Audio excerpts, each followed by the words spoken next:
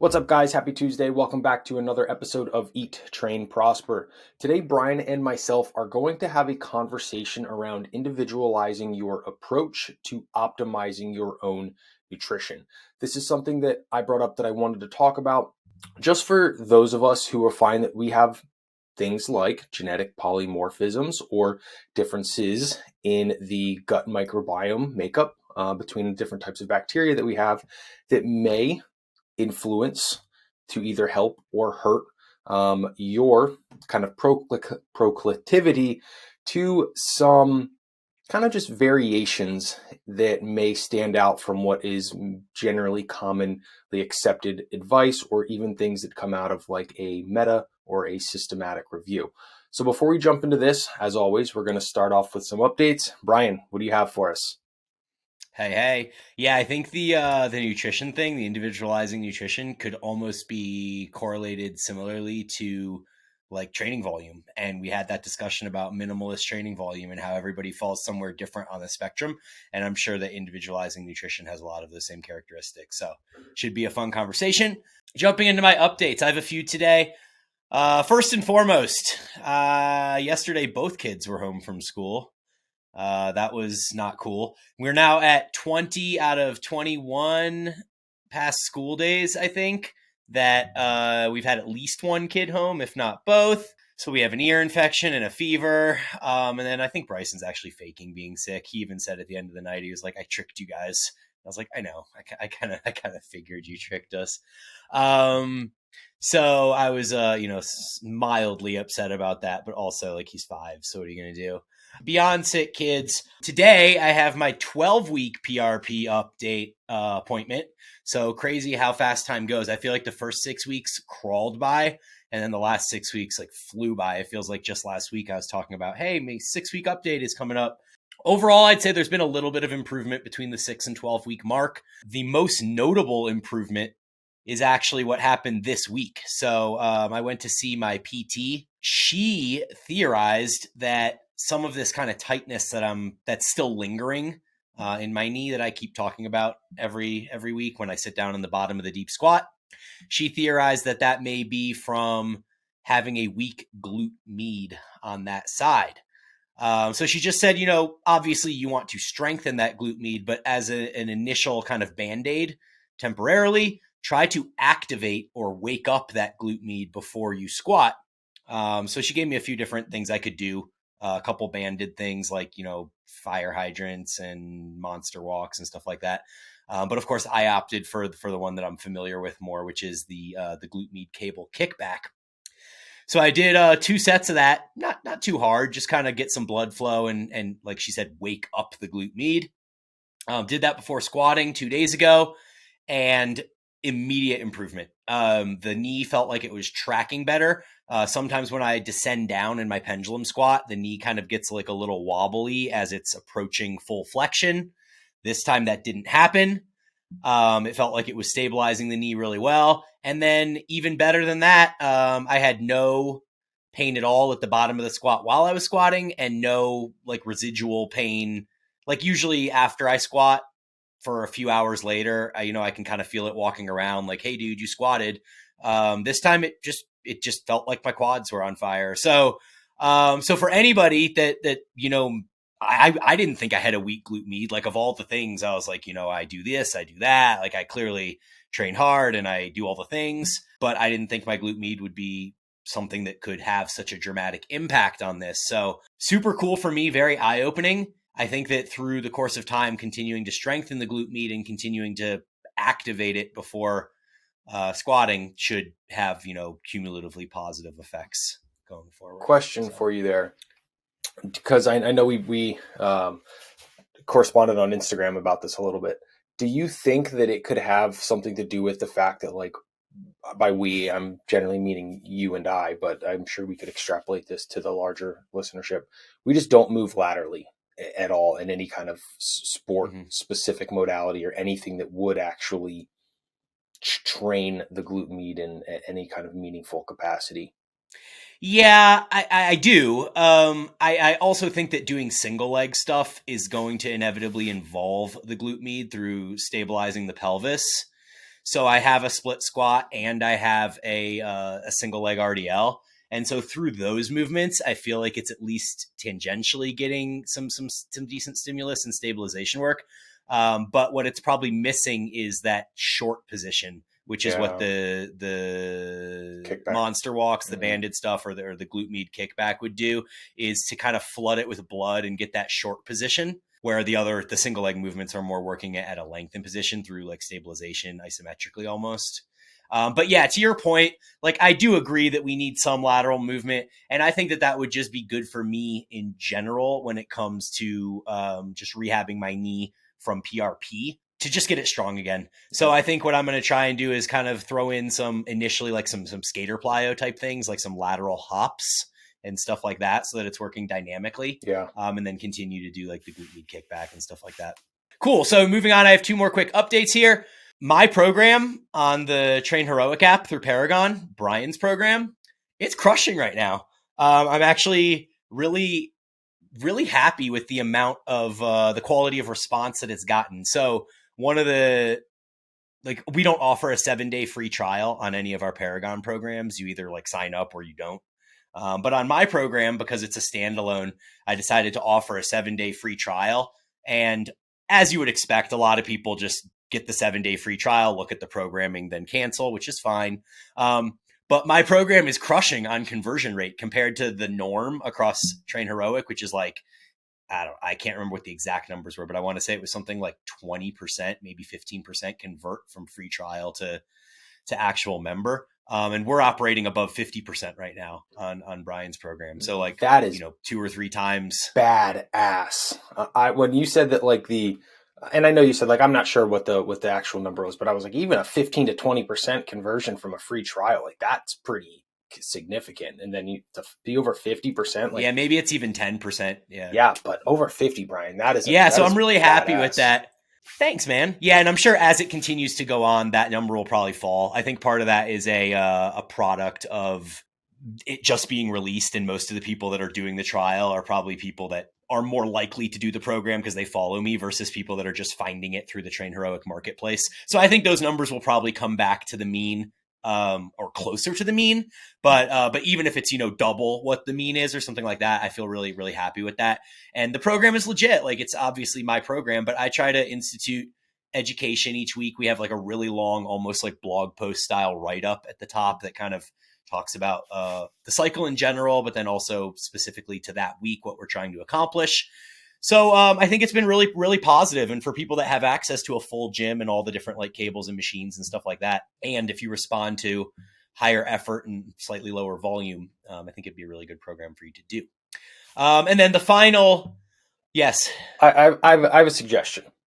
So we talk about this offline a little bit and then it never happens. So why don't let's take 5 minutes, whatever, and pitch your program a little bit. Like it's our podcast, right? We put it out for free. You and I put a lot of money each year into producing this podcast. Like let's just plug you a little bit in the program. So you said just give us a rundown of everything that's in it. I know you said there's like a program right up at the top.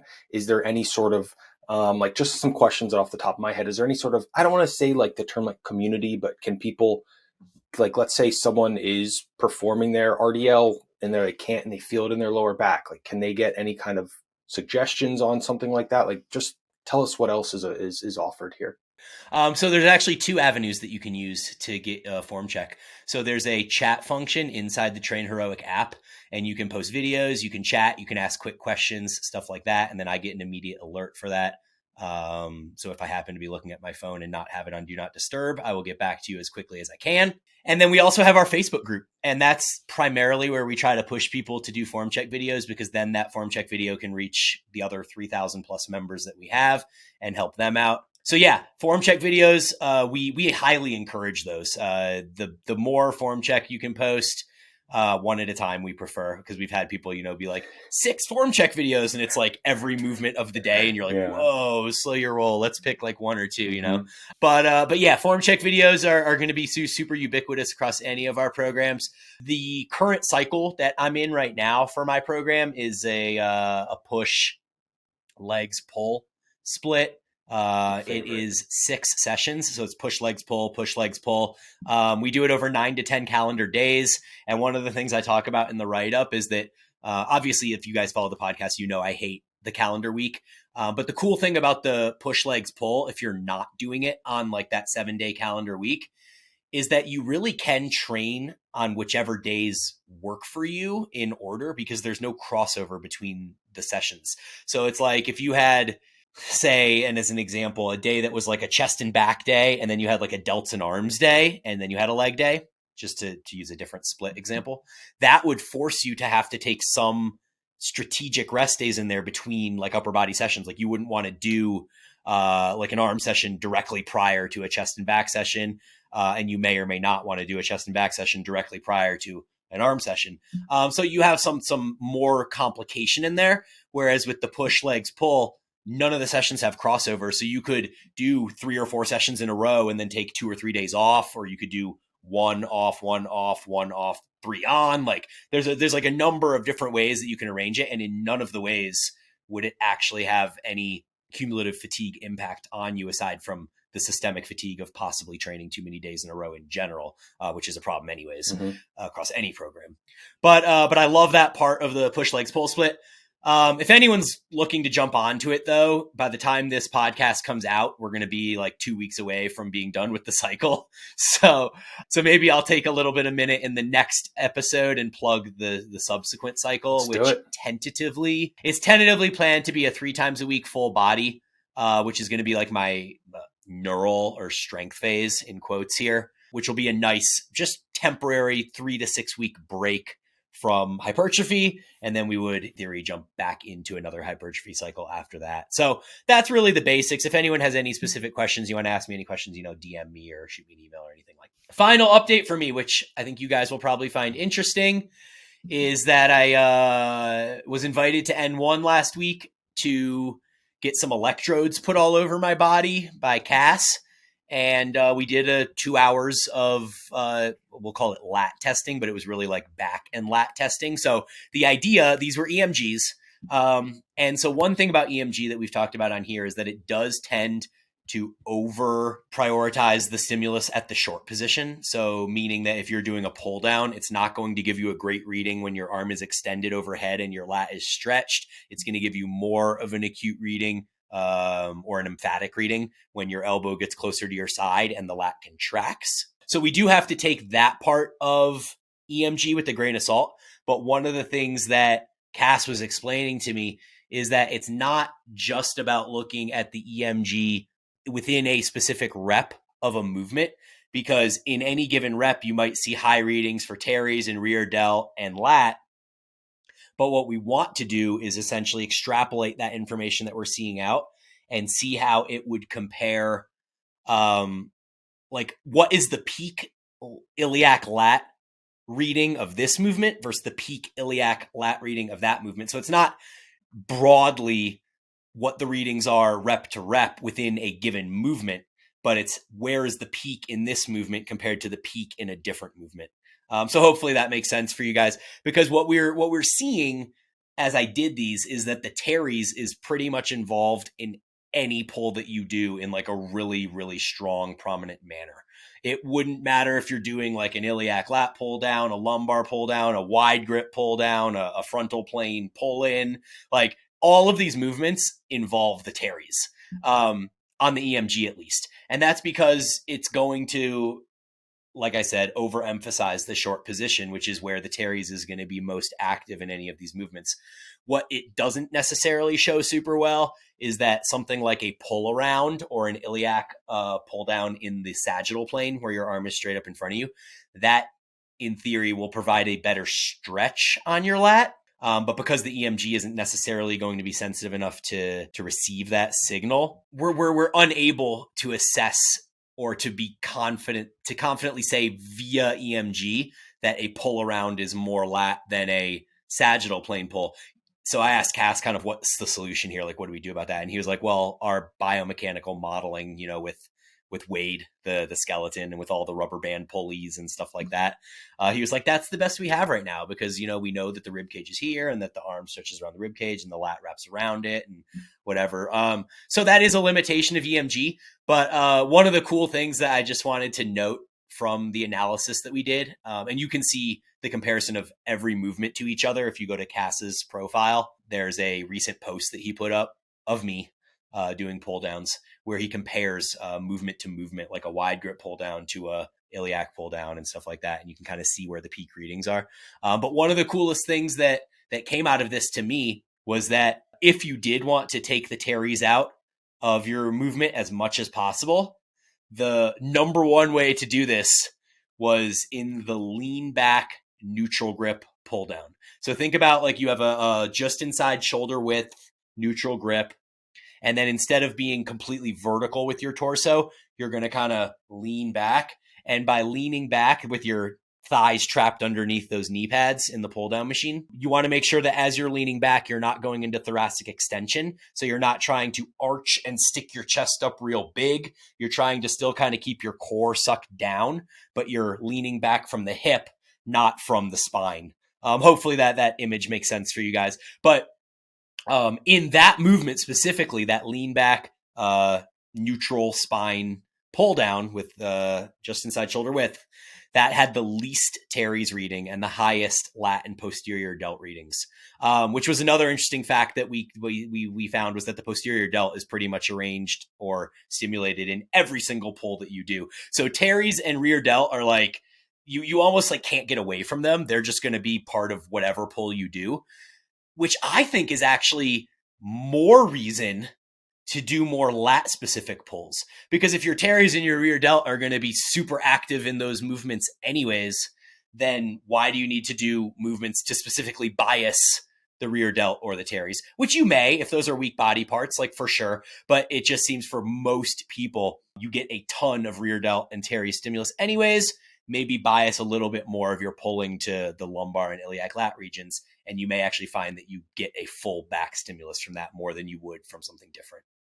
So anyway, that's all I got. Let's jump over to you and hear what's going on with you before we get to the topic. Yeah, so I actually have it's rather ironic. So on Saturday, I wanted to get a fifth training session in for the week, but I was a little bit short on time before we had like some dinner plans. So I was like, you know what, I'm going to go in, I'm going to like superset antagonist body parts. My final training day of the week is usually just a general upper day. To save some time, instead of doing abs and back, I decided to do them at the same time with gorilla chin-ups, which is essentially like a neutral grip.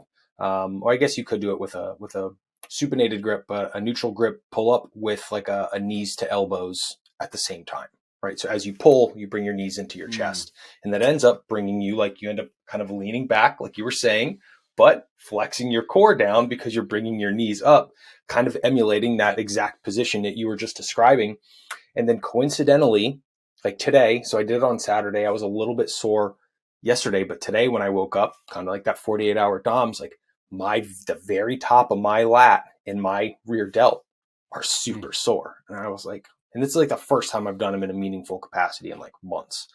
So I was like, holy shit, that's a great little like time saving one and I just did like 3 sets to failure, right? Which, let's be honest, because they have abs in them, I went like 11, 9, 8 or something like that. But yeah, your abs fatigue super fast. But it was really cool to then hear you talking. I'm like, I literally just did that the other day, and yeah, I felt that's exactly where I'm super fatigued and sore from it. And then I don't really have too much updates. I have one, I guess tomorrow, the Wednesday, will be 1 week left in the US. So as this episode releases, I will be leaving, the next day for approximately a year. We'll be back for like a wedding in May in Colorado, actually. So maybe we'll get to see each other, Brian. That'll be a lot of fun. Yes. Awesome. And the biggest update, I guess I would say, is like, so I'm coming up on 3 years since I quit drinking alcohol. In January, it'll be 3 years. And I navigated my first like night of drinking without drinking on Friday. We had like a party bus with some friends in Richmond. And we went around and saw like really crazy decorated like lights, like people who spend thousands of dollars and donate lots of hours to turn their house into just like this Christmas spectacle sort of thing. It was cool. And it was honestly a lot easier than I thought it was going to be. I thought I was going to get like annoyed, or like when you're sober and everyone else is drunk, there's just like different levels, but it really wasn't like that at all. And I would say the biggest thing for me was we were up super late, like after 3 a.m. I still felt hungover just from like going to bed so late and only sleeping like 5 hours. I was like, I literally feel, when I woke up at like 10, I was like, I feel like 85% of a normal hangover just from like a crappy night of sleep. And it's not like I was dehydrated or anything, because I just got liquid deaths and I had like 5 of them. So I was just drinking a shit ton of water anyway. But it was quite interesting, it was a lot more fun than I kind of expected. But it was interesting to say the least. But I was kind of concerned about it because I didn't want to be like, I don't want to be Sorry. here, but it was actually good. I thoroughly enjoyed it. I feel like I had just as much fun as if I would have been drinking. And then I felt better the next day and could still go like train and didn't have a headache or anything like that, which was cool. Yeah, I mean, imagine though if you would have had shitty sleep, been dehydrated, plus had to deal with like the hangover piece. I mean, like I think that you have your view of what a hangover feels like has probably been skewed a little bit. So you wake up with like shitty sleep and like going to bed late, and you're like, oh, it's 85% of a hangover, but like It's probably more I'm like gonna 30. guess it was probably like 10% of a hangover. Yeah. Yeah. Yeah, and I remember that, like when I was still drinking, like towards the tail end, that was a big part of it for me. I'm like, man, I had like 5 beers or whatever, and I feel like absolute dog shit, So it was quite an easy transition for me. But I also I feel like I got the best of both worlds. Like I partied through my 20s, I had the time of my life, and then when it started like costing more of my life force to do that, I'm like, yeah, maybe I'm done doing that. And now it's I'm happy with it. Let me put it that way. And then the last thing that I will touch Yeah. on is I got some lab work yesterday, where Jenny and I both got lab work, and that kind of led into the conversation that we're going to have today around different things. So this is kind of just my, Yep. let's say, quarterly reminder on Eat, Train, Prosper to the listeners that you can order your own lab work. It is actually quite reasonably cost efficient. I would say the biggest thing for most people is the framing or the shift in mindset around lab work being like a cost that you personally would like to spend money on for your own health, as opposed to like my insurance should take care of that. It's a dichotomy, it's a give and take. But like, for instance, I got a full CBC, lipids, vitamin D, glucose, hepatic panel for $35. Like, it can be really, really Wow. cost efficient. You just have to know where to look.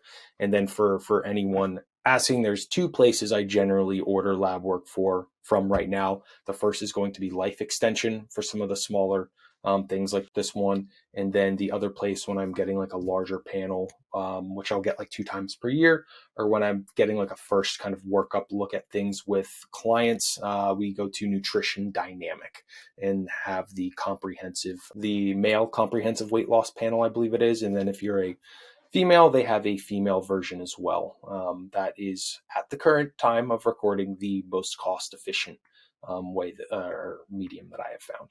So that's it. And that's Mike Castelli's company, right? That is Vince Pitstick's company, and they are like a team of functional nutritionists, RDs, health coaches, and then they've like bridged the gap between like your traditional like online nutrition fitness coach, like kind of where I would consider myself, and traditional Western medicine. Like, they have RDs on their team, they have nurse practitioners, I believe even like a PA, a physician's assistant, so they're able to like just do more than from a legal and scope standpoint than like someone like myself could legally do.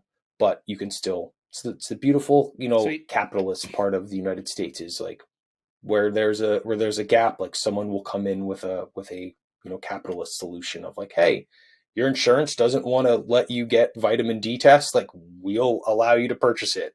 And the crazy thing is, it's really not expensive at all, sort of thing. So. All right, well, let's jump in, man. Do you want to kick us off here? Yeah.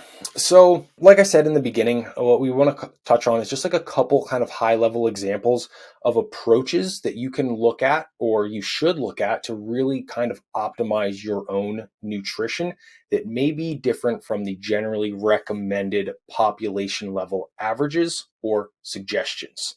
So, the first one that I kind of wanted to touch on here is around your lipids, fasting glucose, hemoglobin A1C, and fasting insulin. So generally with this conversation at a population level, right? When you hear like maybe someone like a Lane Norton or a someone who's speaking to like millions of people at a time, which is where we generally disseminate a lot of this information in the fitness world, right? Because it's generally aimed at maybe like a gym pop sort of person. We hear that like you should go with like I shouldn't put words in Lane Norton's mouth because he's generally one who will say, hey, you can do these things with a higher carb approach. So my bad, that was not the greatest example of a name to drop. But generally, when it's concerned around like glucose and lipids, like a high carbohydrate diet is generally, right? I'm speaking in generalizations here, kind of frowned upon or suggested to go with a very more low carb or at best moderate approach when you are concerned around these things. Personally, that is where I kind of started. And then it wasn't literally only through getting my own labs done, right? Remember, everything I just touched on in that previous segment about my labs, $35. And it's not like you would get these labs done more than 4 or 5 times per year max, because it's not enough time for things to really change in between. When I followed like a lower carb, high fat approach, which is generally what is recommended for lower or like reducing blood glucose, right? HbA1c, insulin, people who are concerned or maybe pre-diabetic, something like that. Mine actually got worse. So that's one of those things where like, if I just followed that general advice without diving deeper and looking for myself, right? And kind of being a proponent of taking control of my own health and markers, I would have been doing my own physiology a disservice. So to kind of wrap up my little kind of monologue here and open up the conversation with Brian, what I'm essentially saying is when I follow a low carb, high fat approach and not going like crazy carnivore or anything that I will honestly say that I believe is stupid, fats were avocado, olive oil, walnuts, Brazil nuts. That was the 80% of my dietary fat. My lipids got worse, like notably worse, as did my blood glucose, HbA1c, and fasting insulin. My body prefers a higher carbohydrate approach, and that generally is also what my palate leans towards. Brian, do you have any thoughts on this one? Yeah, my first thought is that I wonder how much of the common sentiment amongst general population and the information that's disseminated down, I wonder how much of this has to do with proximity to the 90s and the early 2000s, where in the 90s, fat was demonized, but it seems like maybe it was far enough away from where we are now that it's kind of come back around the other way. And then if you look at like the early 2000s into like the 2000 teens or whatever, I still don't know how to say that. That always like confuses me. I think it's officially the 2010s. The 2010s. Yeah. Okay. So it's like we had this rise of keto and paleo, and I guess paleo kind of started a little earlier, and then keto kind of took over from that, and then carnivore came after that. And so I feel like it's, as you naturally see in things where there's like this huge pendulum swing. So in the 90s, it's like fat is the worst, stay away from fat, like eat all these like super low fat or no fat foods. Carbs came super high, probably affected, fasting glucose and insulin and all these things. We had increased cases of diabetes.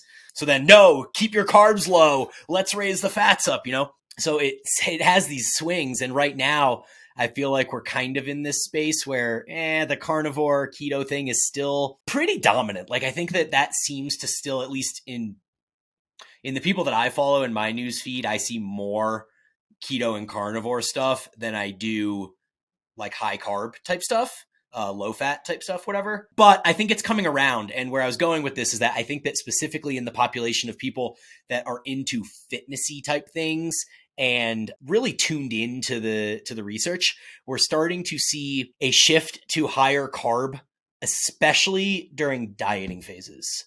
And I resonate with that too. So personally, when I tend to eat at a surplus, you guys know I don't track super closely. So I'm eating more to like what I want to eat. And my natural inclination is to eat a more moderate of both. So I'll, have 100 to 120 grams of fat, and then I'll have 400 grams of carbs or something like that. So it's not low on either one, but it's also not like super duper high.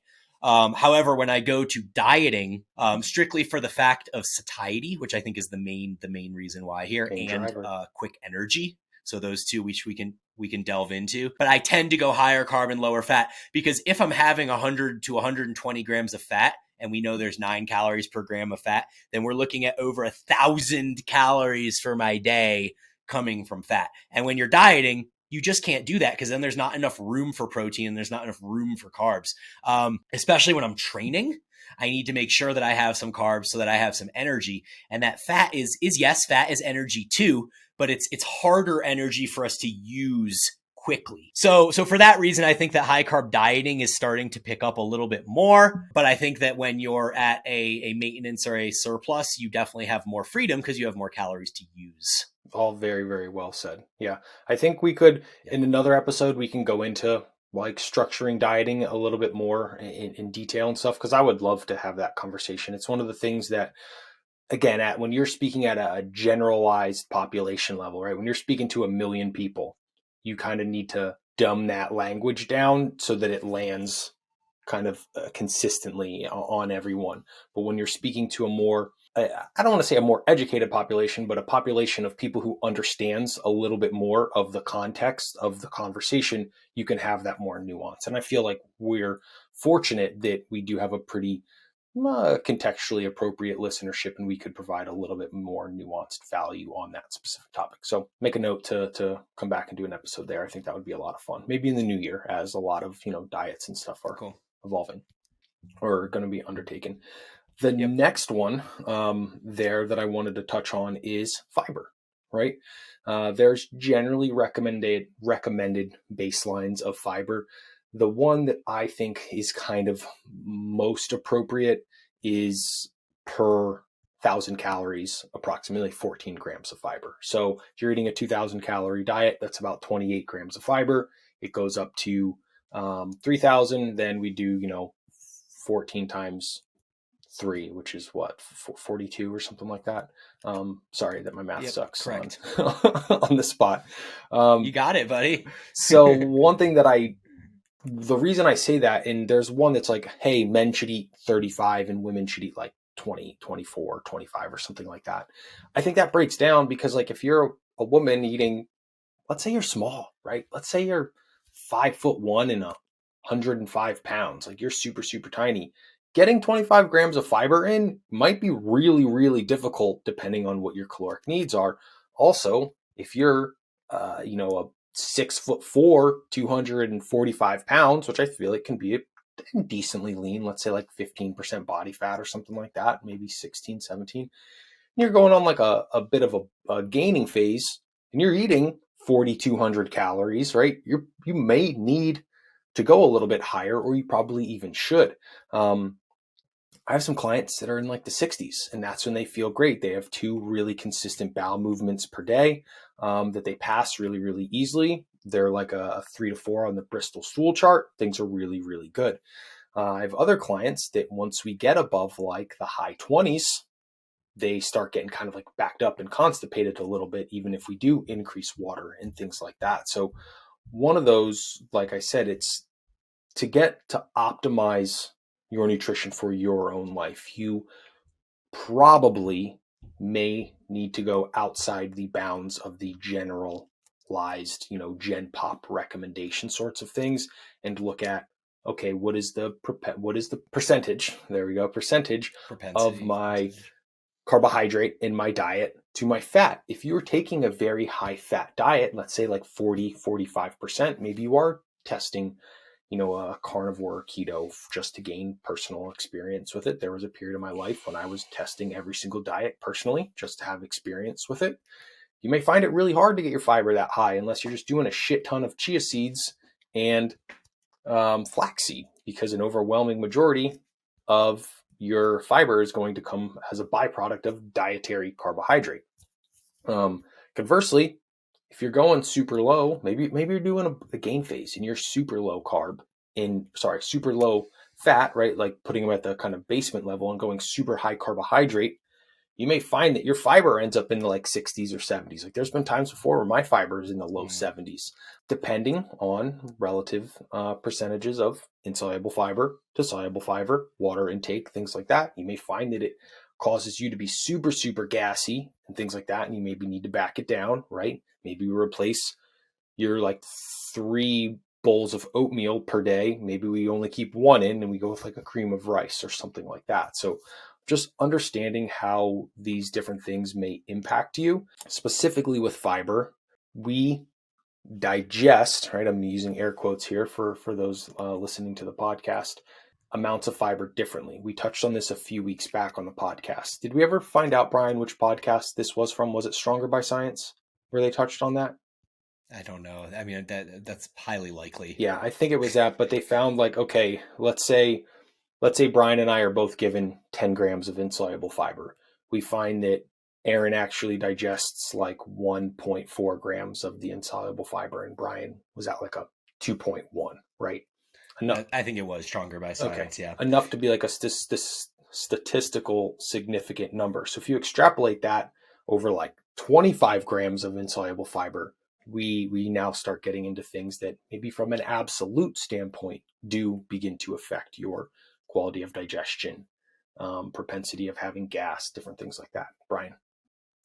Yeah, just for the listeners, can you distinguish between soluble and insoluble fiber and talk about some foods that have each type?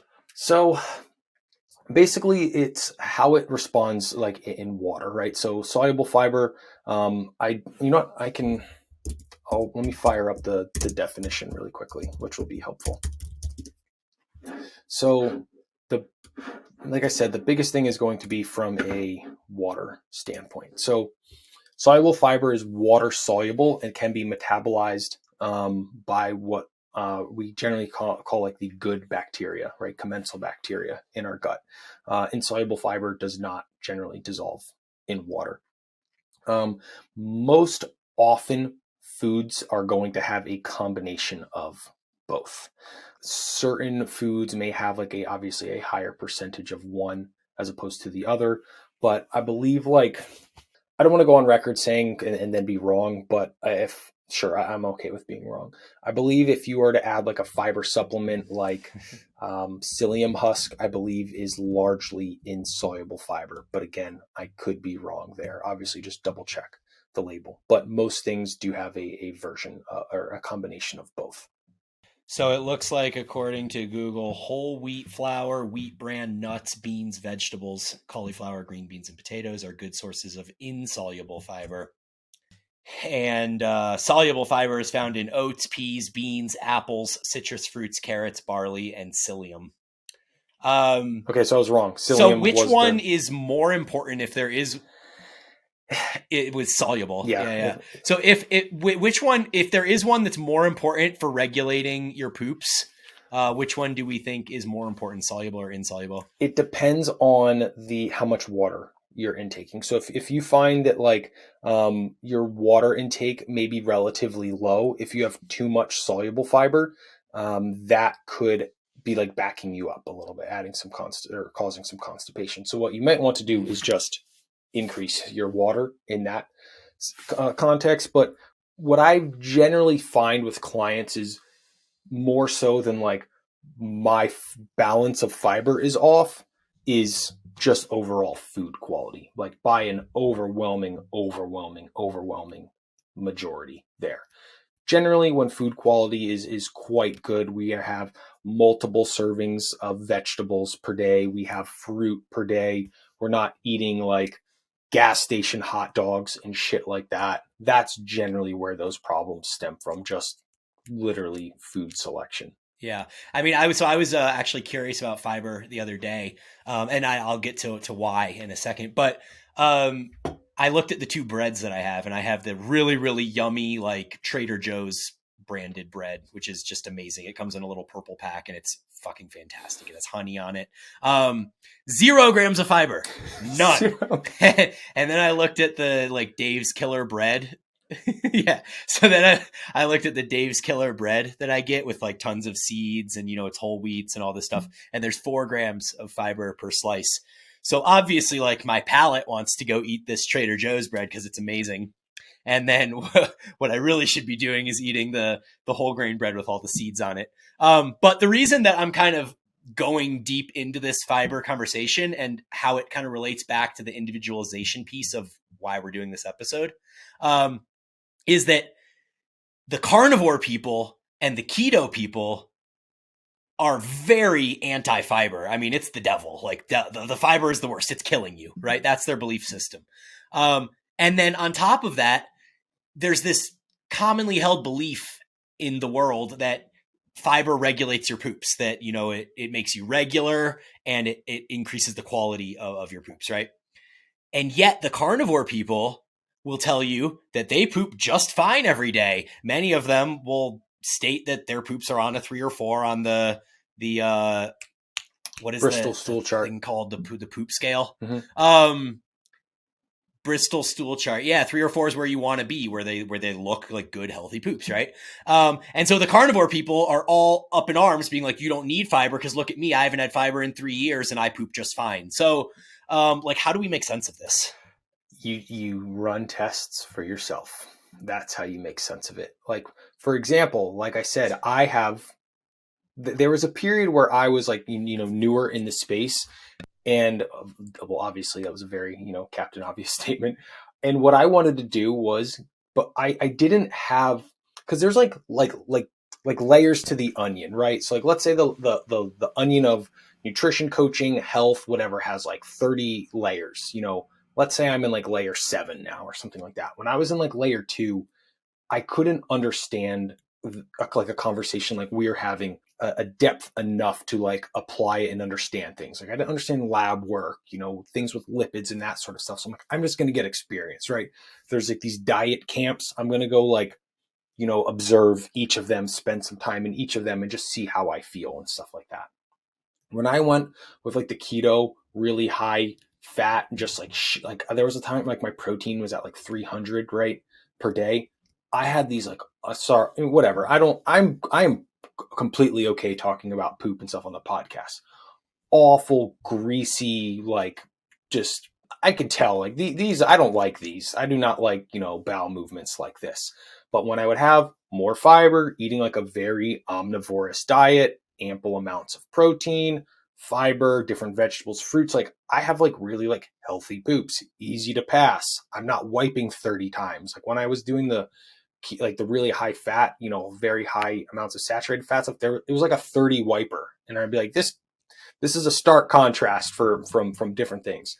Just find out what works for yourself. Like because that's as a consumer, right, sitting in the middle of like people who are very obviously quite intelligent on opposite ends of the spectrum. Like they're like, no, carbs are the devil. And these other people are like, no, carnivores are the devil. Like spend 4 or 5 weeks doing each, see how you feel, maybe get some tests on your lipids, right? Before, in the middle when you're changing, and after.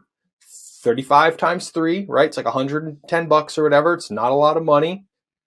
Test for yourself and see how you feel. See what works really well for you. That right there is that's a sound bit for the episode. Yeah, you just have to individualize everything pretty much. You may want to take your camera off just because I'm catching maybe like half of the words that you say. So I don't know if it would help to turn your camera off and then maybe it would come through a little bit more clear. But I got the gist of that and I'm sure the listeners will be able to get most of that too. So let's, do you want to move on to caffeine and kind of run it from there? Because I know I have to be out of here by 10 or 15 past the hour and we still have a bit to go here. Yeah, let's touch on caffeine. I think this is another big one that I think, well, this can be our second to last one, and then the last one will be kind of short. The interesting thing with caffeine, and I will be, fully transparent. This is something that I've kind of personally felt for a while, but when I would have conversations, like I remember having a conversation with Alex Macklin about this like last year, and who I know is like pretty prominent in the Paragon community. And he would tell me, he'd be like, "Yo, I have a bang, Yep. but when I go train at like 4 p.m. or whatever, and then I have no problems going to bed at like 9:30 or 10." And I'd be like, "Dude, if I had a bang at 4 in the afternoon, like I wouldn't sleep till the next day." Sort of thing. And that had always just been kind of like in the back of my mind when Me too. I would watch people. We'd be at dinner and someone would order like an espresso after dinner. I'm like, "Yo, it's 9:30." And they're like, "No, I'll sleep fine." So I recently Yeah. had some genetic testing done. I can't remember if I shared this on a few episodes back, but I got the basic 23andMe like ancestry thing. And it was cool to see, where my family or ancestors are from or Yep. whatever. But I really just wanted the data. The 23andMe data is really, really good. You can go in and download it. And then there are these kind of like third party other companies that will take that genetic data and give you like a much more robust representation at gene levels. You can see, hey, where you have polymorphisms and different things like that. That's the real reason I wanted it. Again, to be completely transparent, the 23andMe I got was like $95. And then this genetic, I guess, add-on is through a company called Stratagene. I purchased it through Seeking Health's website. It was another $100. So $200 out the door. I have this incredible output of my genetic polymorphisms and different things like that. The kind of two that I wanted to share, the first one here is the ADORA2A and CYP1A2. These are two specific genes related to caffeine metabolization. Both of mine are slow. So there we have it, and then it gives you like a pretty detailed explanation of your pathways for the different neurotransmitters and genes and those sorts of things, and then recommendations. And there we have it. Like those two caffeine metabolization genes for myself are slow enzymatic processes, and this is why if I have like an espresso at noon, it doesn't like have me all jacked up or anything like that. But when I try and go to bed at night, I'm just not tired and my brain is still going because I just metabolize caffeine really, really slowly. And then the one thing that the extra thing I wanted to add on to here was like, you may have some kind of initial inclinations into this. Like, hey, I can have caffeine and no problem. Like you probably metabolize it sufficiently or maybe even quickly, maybe too quickly, that when you have caffeine, it hits you all at once and you get super jittery in anxiety and that sort of thing. But then like 2 hours later, you could go to bed or something like that. So that's one that I thought is one that I feel like would have a large impact for the listeners, because this is one that I find with myself, sleep quality, very, very big, as with, I would say about 40% of my clients. When we start having the conversation around like, I'm just not sleeping well sort of thing, the first thing I have them do is cut caffeine at like 10 a.m. And then of the ones in recent memory, that was like a noticeable finding where they're like, oh, wow, when I reduce the caffeine, like I'm sleeping a lot better. And the kicker that I will kind of wrap up with here before sending it back over to you, Brian, I remember I've touched on this before in the podcast. As I kind of transitioned into adult life, which I really coincide with when I moved to San Diego when I was 23, that summer is when my sleep problems really started, where I would be up late and I just couldn't sleep that well anymore. And for all these years, I thought that it had to do with, I went through a really bad breakup that summer, and it was sleeping by myself for like the first time in years sort of thing. And I always just equated it to like, emotional whatever and what I made that mean. Coincidentally, that summer, I started an internship at my first dev job where I started having coffee as I transitioned into like the office environment where I would come in and everyone would have coffee. That's when I started drinking coffee daily that summer. And coincidentally, now that I literally didn't put those pieces together till 12 years later, or 10 years later or whatever, that's when my sleep problems started. And it took me getting this gene testing back to be like, holy shit, that's when it all started for me. Yeah, and then you just recently took 30 days off of caffeine, right? Yeah, I took 30 days off, and within by like day 4, I was sleeping like a king. I would get tired at 9:30 at night. I was only peeing like once throughout the night. I was sleeping really, really well. That's awesome. So kind of similarly on this note, Huberman actually just put out a podcast yesterday on, it's like 3 hours on caffeine.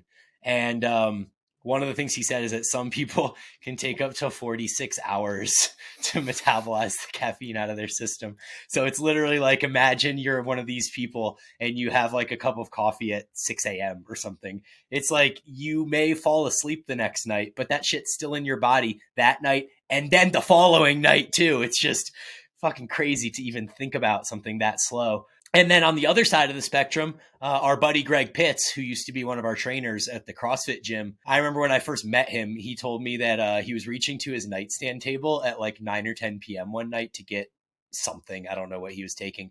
And he said he accidentally took like 2 caffeine pills. And I was like, oh man, you must have been up all night. He goes, nah, I fell asleep an hour later. I slept through the night, you know? It's just like, what's the point of caffeine at all if you're just going to be able to go to sleep again? It's kind of, to me, it kind of seems like, why would you even take it if it's having basically no effect on you? And then regarding the speed at which it hits you, I think that a lot of that also depends on how you consume it. Definitely. So like I usually consume it by eating it. And if I drink coffee, I get super jittery and it hits me like really fast and then I crash from it.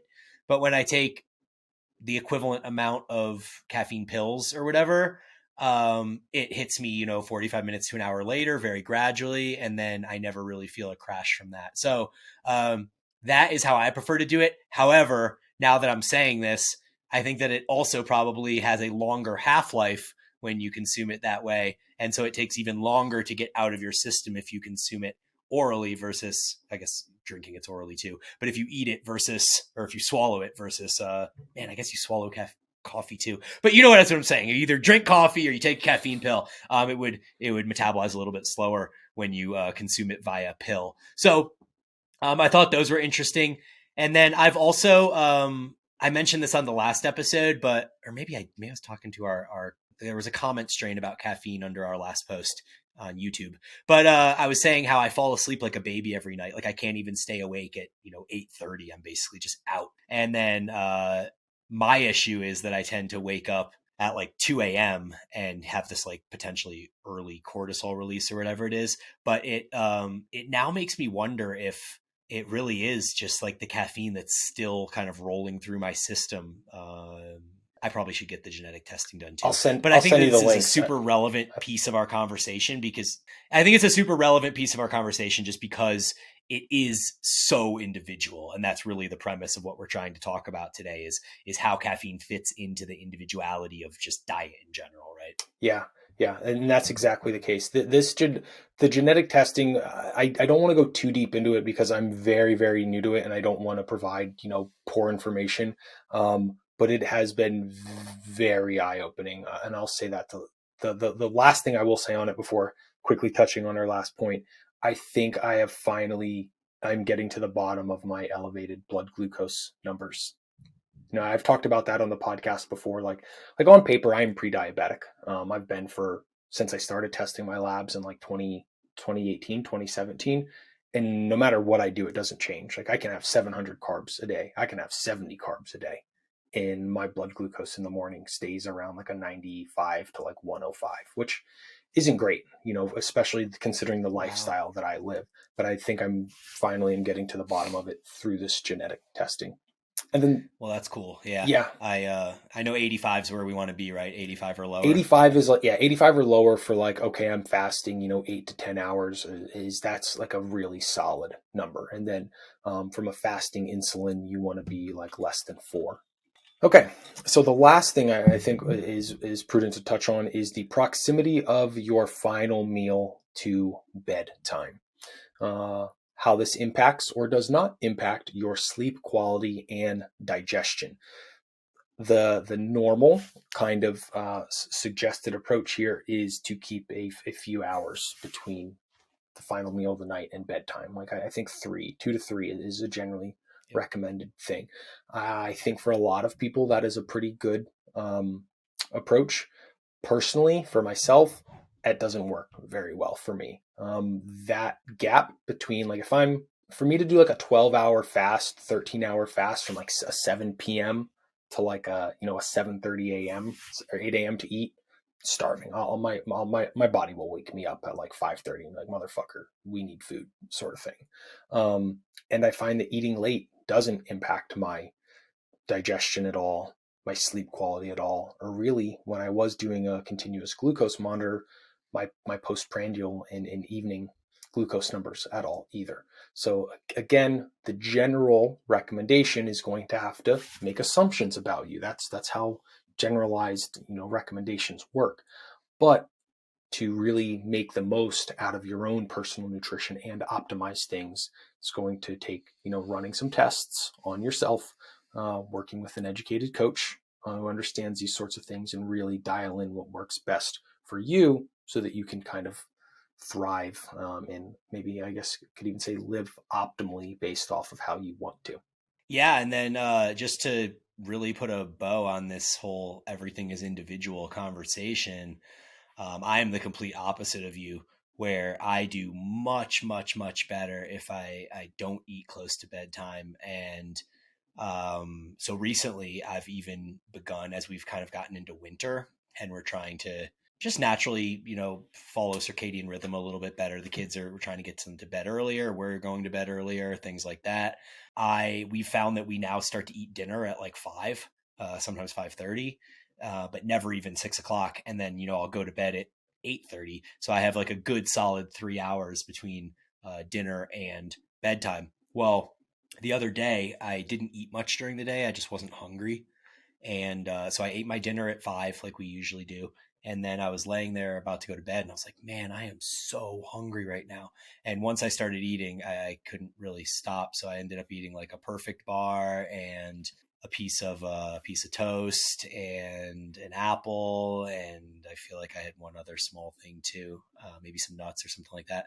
But I woke up like 6 times in the middle of the night, and I was so hot. Like I would just like, it was 64 degrees in our house, and I had barely any blankets on, and I woke up like so hot. I was throwing blankets off of me. I had to feel like I was peeing constantly, and so I just know that I do much better sleeping when I go to bed with like a little bit of that hunger pang in my stomach.